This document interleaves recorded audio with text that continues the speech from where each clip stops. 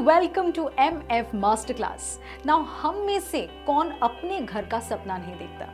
हर घर के सपने को सच करने में मगर कई साल की मेहनत लग जाती है और हकीकत में कई सारे पैसे, फाइनेंशियल रिसोर्सेज की भी जरूरत होता है।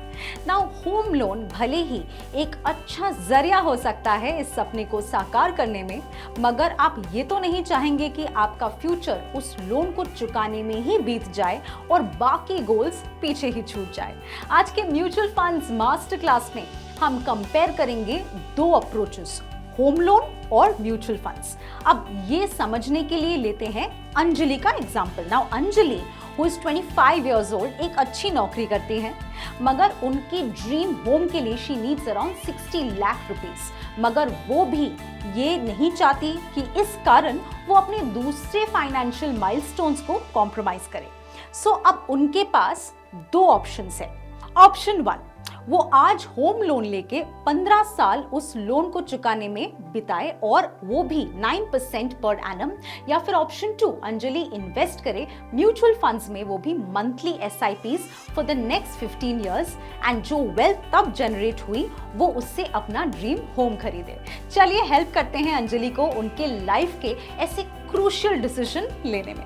सबसे पहले देखते हैं क्या होगा अगर वो होम लोन अवेल करती है तो। अब आप भी देख सकते हैं कि अगर अंजलि होम लोन लेकर अपना घर खरीदती है तो शी विल हैव टू पे ₹99.63 lakhs for a house that will be worth 1.65 crore rupees 15 years later। पर क्या हो अगर वो हर महीना म्यूचुअल फंड्स में इन्वेस्ट करे और उससे अपनी EMI भरे जो ₹48,685 की है। अब ऑप्शन 2 को रिजल्ट्स को एक्सेस करने के लिए हम अस्यूम करते हैं कि उनके म्यूचुअल फंड्स 13% का एनुअल रिटर्न देता है। ये रेट निफ्टी 50 के 10 ईयर CAGR है। Here is how her finances may stand at the end of a 15-year investment journey। इस केस में हमने ये भी अस्यूम किया है कि अंजलि इन 15 सालों में एक रेंटेड होम में रह रही है और हर महीना 20,000 रुपीज पे कर रही है।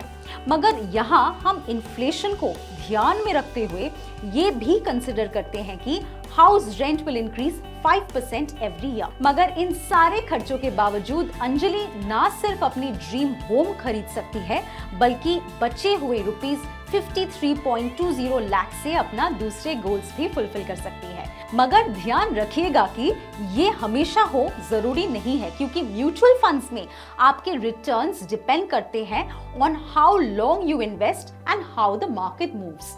अब आप समझ गए होंगे कि इन दोनों में होम लोन्स और म्यूचुअल फंड्स आपके फाइनेंसेस पे क्या इम्पैक्ट लाते हैं। इससे आप भी अपनी ड्रीम होम के सपने को पूरा कर सकते हैं, एक better and well calculated decision ले सकते हैं। आप चाहे तो होम लोन के साथ अपनी SIP स्टार्ट कर सकते हैं, या फिर आप थोड़ी कम अमाउंट ज्यादा लंबे समय के लिए म्यूचुअल फंड में इन्वेस्ट भी कर सकते हैं। ये सारे डिसीजंस डिटरमाइन करेंगे कि आपको कैसे रिटर्न्स मिलते हैं एंड आप कितने टाइम में अपना सपना पूरा कर पाएंगे। Keep fulfilling your dreams and start investing. If you like this content, do like, share and subscribe to our channel. Thank you so much for watching.